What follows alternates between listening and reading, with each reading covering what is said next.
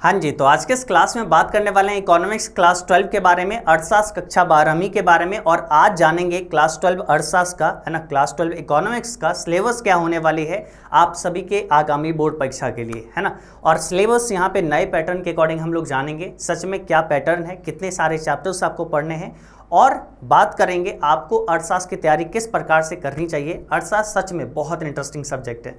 फ़र्क ये होती है ना कि आपके माइंड में कंसेप्ट नहीं क्लियर है कि इकोनॉमिक्स को सच में पढ़नी कैसे है। तो आज के इस क्लास में वो सब चीज़ों के बारे में बात करेंगे।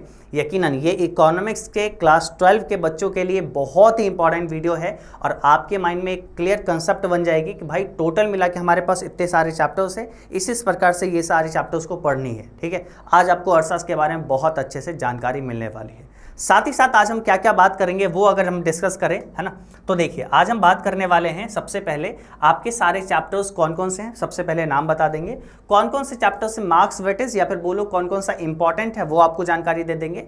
इकोनॉमिक्स यानी अर्थशास्त्र को कौन से बुक से आपको पढ़ना चाहिए, है ना, इकोनॉमिक्स बुक कौन से बुक से पढ़ना चाहिए ये भी अपने लोग के लिए इंपॉर्टेंट है। भाई साहब सब लोग अलग अलग बुक रिकमेंड कर रहे हैं, उसमें से कौन सा बुक ऐसा है जिससे बोर्ड में सच में सवाल ज़्यादा पूछी जाती है। उसके बाद में हम लोग क्लास कैसे आपको करनी चाहिए, कहाँ से करनी चाहिए, किस प्रकार से करनी चाहिए, या फिर बोल सकते हैं पैटर्न किस प्रकार के आधार से पढ़नी चाहिए। और साथ ही साथ बोलो तो भाई आफ्टर सिलेबस आपको क्या करना है। ठीक है भाई, सिलेबस आप देखो, एग्जाम से पहले तो आप अपना सिलेबस कंप्लीट कर लोगे, ऑब्वियस सी बात है। एग्जाम से पहले आपका सिलेबस खत्म हो गया, एग्जाम आपका बाद में है, मान लेते हैं 1 महीना पहले, तो 1 महीना के आप बीच में जो टाइम है उसमें आपको किस प्रकार से पढ़नी है ये भी आपको जानकारी देंगे, है ना। तो बोल सकते हैं इकोनॉमिक्स के ऊपर कंप्लीट सारा चीज़ें, है ना। तो आइए इकोनॉमिक्स की पढ़ाई की तरफ, इकोनॉमिक्स की तैयारी की तरफ अपना पहला कदम बढ़ाइए और हम आपको चीज़ों को बताना शुरू करते हैं। चलो जी, सबसे पहले अगर हम आपको बताएं, है ना, तो आ जाओ एक चीज़ आप समझो भाई, अर्थशास्त्र के बारे में एक कंसेप्ट है जो कि आपको जानना बहुत ज़रूरी है। वो क्या है जी? वो है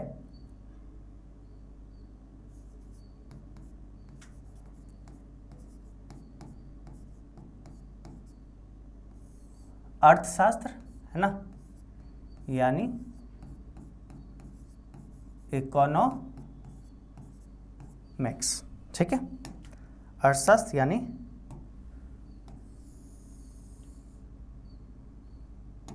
क्लियर। अब देखो इस अर्थशास्त्र को एक तरीके से कितने भागों में बांटा गया है।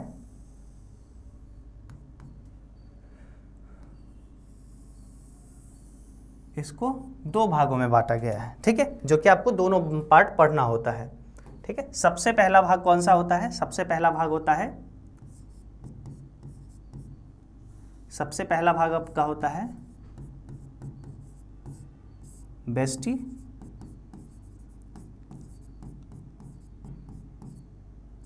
अर्थशास्त्र। ठीक है, जिसको हम लोग बोलते हैं क्या चीज, जिसको हम लोग क्या बोलते हैं, जिसको हम लोग बोलते हैं माइक्रो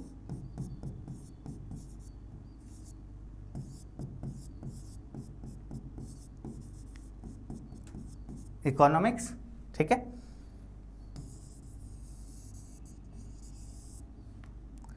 दूसरे भाग में अगर बात करेंगे तो दूसरा जो पुस्तक आपको पढ़ना होता है वो होता है समष्टि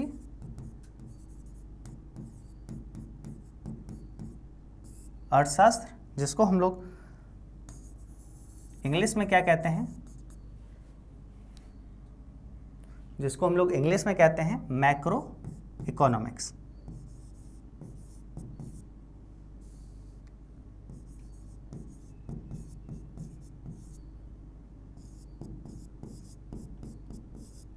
मैक्रो इकोनॉमिक्स।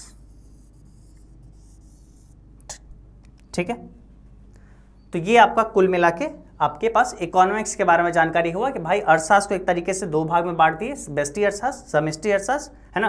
बेस्टी अर्थशास्त्र को इंग्लिश में कहते हैं माइक्रो इकोनॉमिक्स, समष्टि अर्थशास्त्र को कहते हैं मैक्रो इकोनॉमिक्स।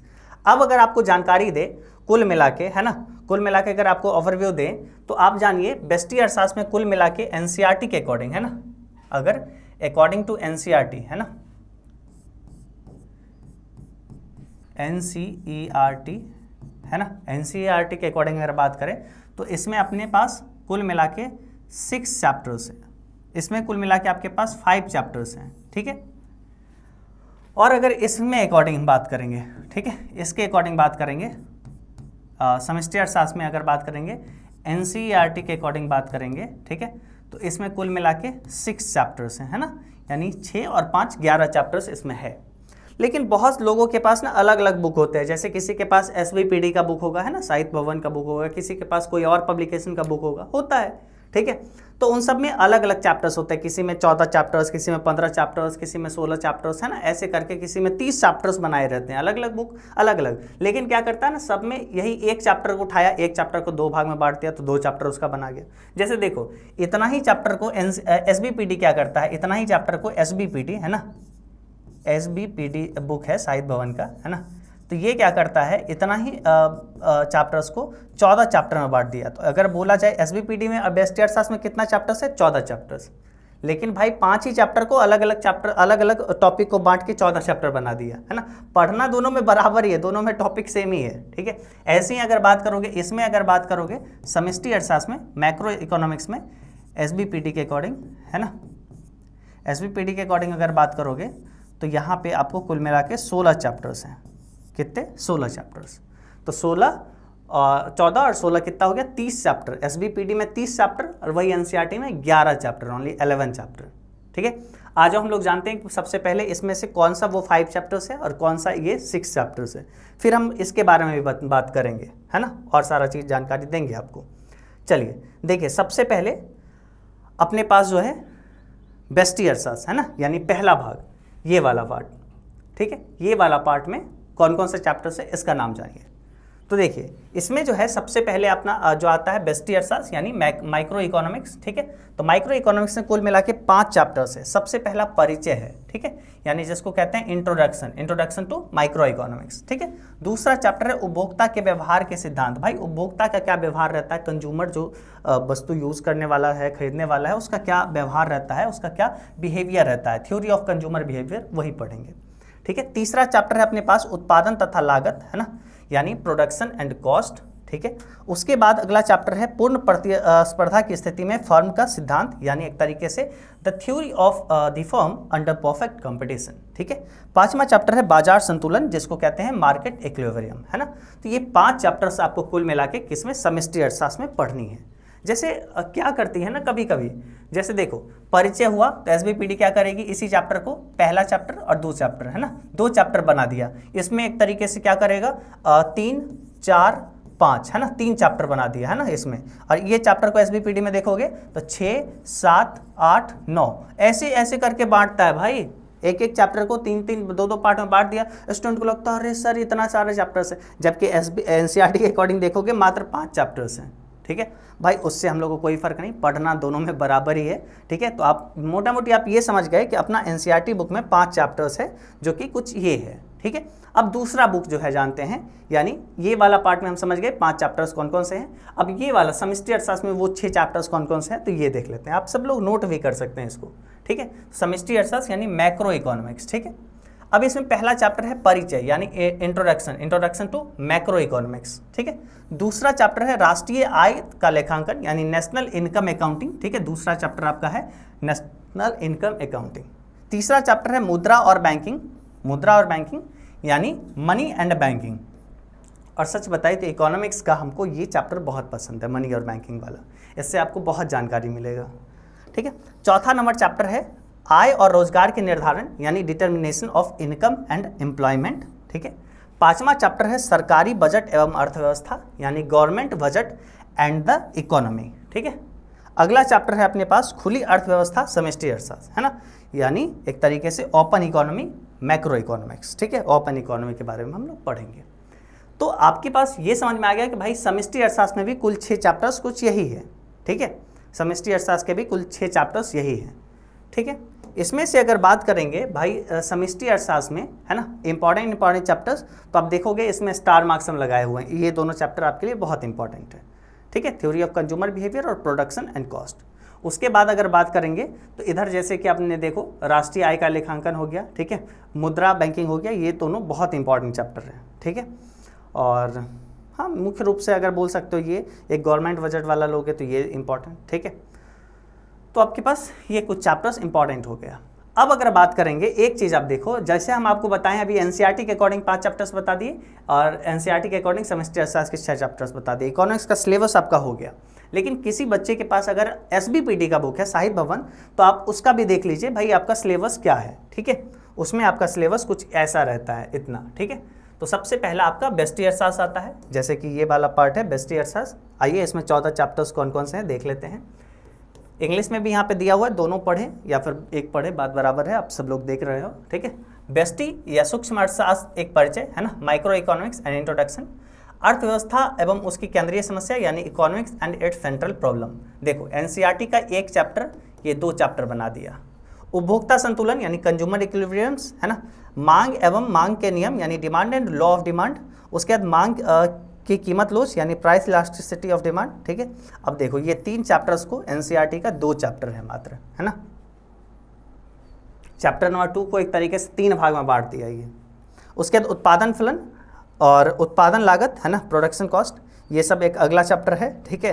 तो ये 7 चैप्टर हुआ। आगे और देखो 8वां चैप्टर है आगम की धारणा, उत्पादक का संतुलन। उसके बाद है पूर्ति एवं पूर्ति के नियम, पूर्ति के लोच, बाजार के विभिन्न रूप।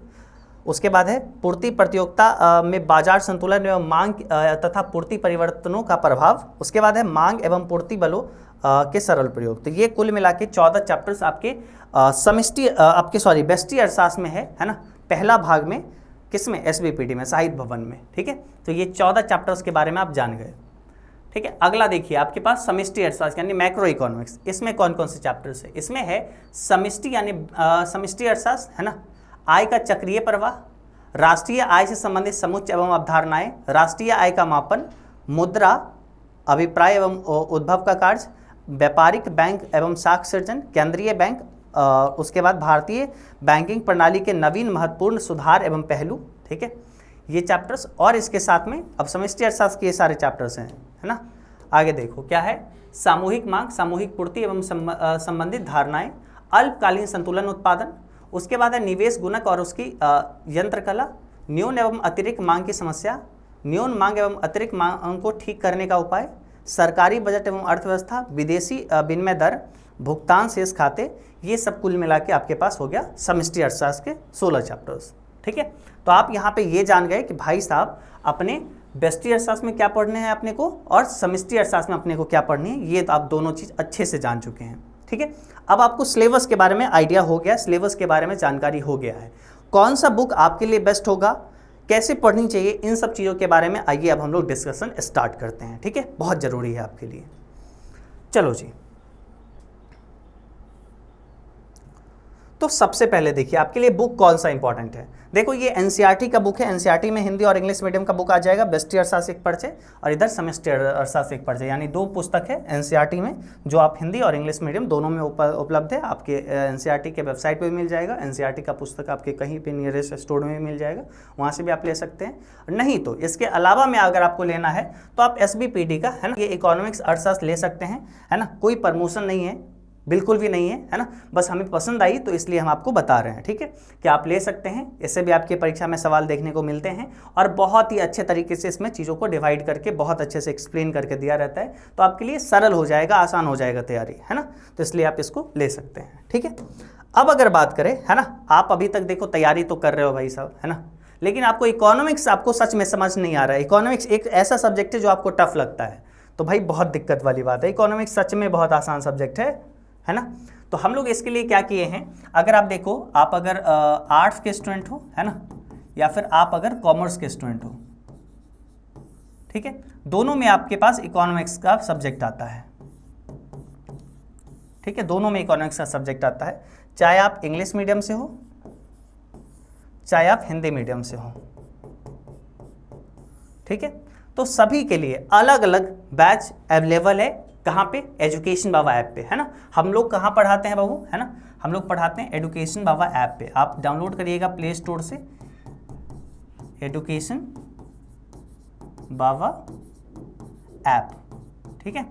तो ये ऐप आप प्ले स्टोर से डाउनलोड करेंगे तो वहाँ पे आपको मिल जाएगा क्या चीज़, आपको इकोनॉमिक्स का कोर्स, है ना, बहुत कम फी है, आराम से आप ज्वाइन करोगे, सारे चैप्टर्स अच्छे से पढ़ा दिए जाएंगे, लाइव क्लास चलेंगे, सारा का पीडीएफ वगैरह सब मिल जाएगा बहुत अच्छे आसान तरीके से।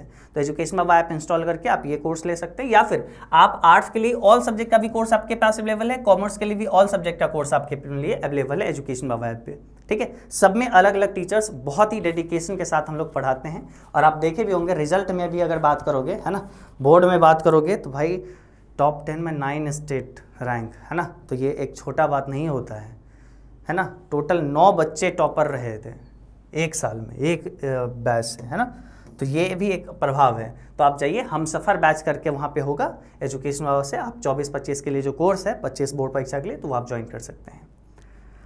बैच में आपको एक तरीके से मिलेगा live classes, recorded lectures, PDF notes, और हर सब्जेक्ट के अलग अलग टीचर्स, है ना, अगर आप ऑल सब्जेक्ट लेते हैं सब में अलग अलग शिक्षक मिलेंगे। टेस्ट होगा, आपको डाउट सॉल्यूशन जो होगा वो करवाया जाएगा, है ना, आपका डेली टेस्ट होता है, डेली क्यूज टेस्ट होता है। उसके बाद क्वेश्चन आंसर हर एक चैप्टर का मतलब पढ़ाया जाएगा, पहले लाइन बाय लाइन, उसके बाद चैप्टर का टेस्ट होगा, है ना। उसके बाद आपको उसमें जो भी एक तरीके से बात करेंगे, जो भी क्वेश्चन आंसर होगा वो सब करवाया जाएगा। उसके बाद प्रीवियस ईयर जितने भी क्वेश्चन अभी तक आ चुके हैं, गेस्ट क्वेश्चन मिलेगा, मॉडल पेपर मिल रहेगा, कोर्स रिवीजन आपको यहाँ से करवाया जाएगा कि एक तरीके से जितना भी एक तरीके पढ़े हैं उसका रिवीजन भी कर सकते हैं। तो ये सब चीज़ें आपको मिल जाएगी कहाँ पे, एजुकेशन बाबा ऐप पे, है ना। तो आप ऐप इंस्टॉल करिए, वहाँ से आप ज्वाइन करिए, स्टार्ट करिए पढ़ाई। और कोई अगर डाउट हो तो आप इस नंबर पे कॉल या व्हाट्सएप मैसेज कर लीजिए, आपको हमारी टीम बहुत अच्छे से समझा देगी, है ना। तो आप इस नंबर को नोट कर लीजिए या स्क्रीनशॉट ले लीजिए, ताकि आप अभी इस क्लास के बाद आप आराम से कॉल करके बढ़िया से बात कर लेंगे, या एजुकेशन बाबा ऐप इंस्टॉल करके खुद ही एक्सप्लोर करके वहीं से डायरेक्टली कोर्स ज्वाइन कर लेंगे। ठीक है, तो होप सो आप सबको जो अभी इकोनॉमिक्स के बारे में आपको जानकारी दिए हैं, ये इकोनॉमिक्स के बारे में आपको बेस्ट जानकारी मिल रहा हो, है ना। तो कुल मिला के बात करें भाई, बहुत आसान सब्जेक्ट है। अगर चीज़ों को रटने के अलावा समझने पे अगर फोकस करोगे, तो अगर सच में आप इसको समझ जाओगे ना, अगर जैसे शिक्षक हम लोग समझाते हैं जिस तरीके से, तो आपको इकोनॉमिक्स से मज़ा आने लगेगा। इकोनॉमिक्स बहुत आसान पेपर लगने लगेगा, ये यकीन मानिए, और बिल्कुल उसी तरीके से पढ़ाई करने में लग जाइए। चलिए जी, तो आज के इस क्लास में बस हम लोग इतना ही रखते हैं। हम लोग फिर मिलते हैं अगले क्लास में, तब तक के लिए बाय बाय।